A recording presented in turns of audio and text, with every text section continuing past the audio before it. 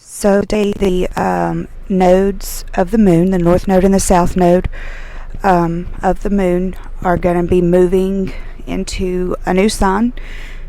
And it's a really big deal this year, particularly because of several different things that are just way too much to get into. But overall, Aries is the first sign of the zodiac. It's new beginnings and new starts and taking action.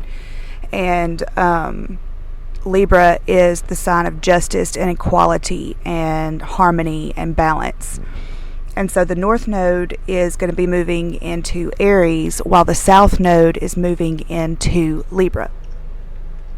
And these are collective energies in the astrology chart, and they change every year and a half or so. They always move retrograde. And for the most part, astrologers tend to interpret them as karmic energies. So the north node would be where you're headed in this life, your soul purpose, what your goals are, or your aspirations for this life, what your soul intended to accomplish in this current life. And then the south node is where you're coming from. So it could be previous events in this life or accumulated karma from past lives. It's also the lessons that you get to bring into this life from your past lives. So if you want to look at it from like a school perspective, it would be the credits that transfer. So you've already taken that class and taken the test on it, and you're good on it, and so now you get to bring those skills into this new lesson. And so that's how they're generally interpreted. But what I just realized is the symbols of the nodes are, they look like buckets almost.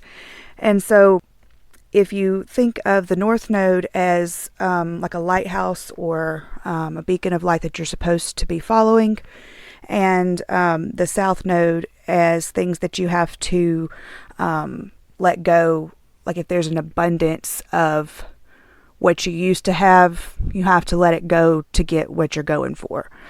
And the thought occurred to me, because of the retrograde motion, even though the north node symbol looks like it's an upside down bucket, because of the retrograde motion, it actually still is the scooping bucket. So if you're looking at the chart as if it was like a water wheel, and it has got buckets on it instead of paddles, then with it moving retrograde, as it goes around the wheel, the water flows into the north node bucket, and as you're going around the wheel backwards, the water pours out of the south node bucket.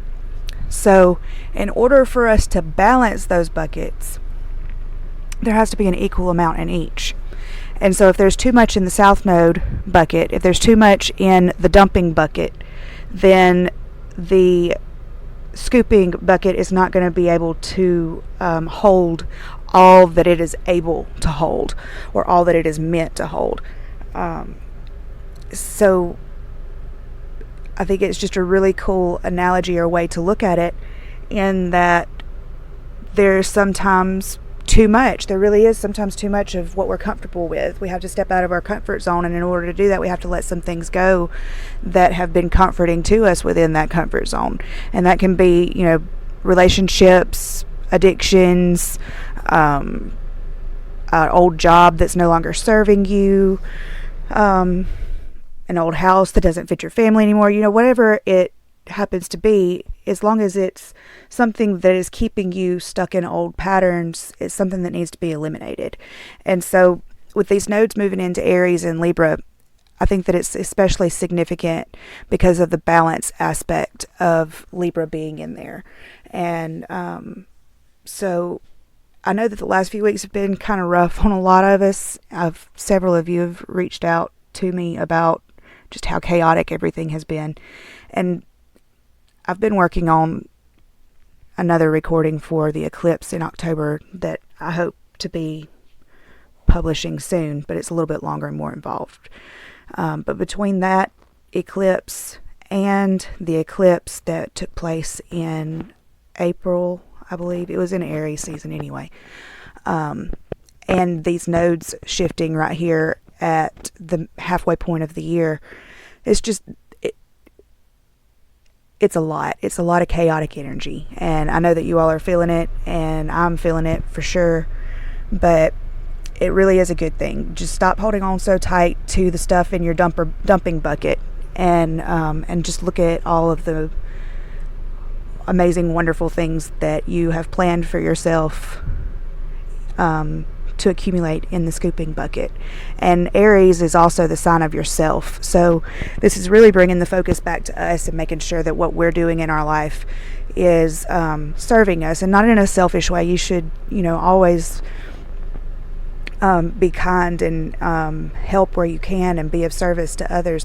It's not to say that Aries is such a selfish energy, but you can't give out of an empty bucket. And so the nodes shifting the way that they are right now is really, really calling everybody to just turn the focus back to ourselves and make sure that we're taking care of ourselves before we start trying to help others, because you just really can't save somebody from drowning if you yourself can't swim. And you have to give yourself the things that you need to stay afloat, or more. You have to be in abundance yourself. You can only give from a bucket that overflows. And the only way to get your bucket to overflow is to live in alignment with who you really, really are, and to pay attention to what your soul is telling you is right. Listen to your guts, and follow your heart, because it knows the way.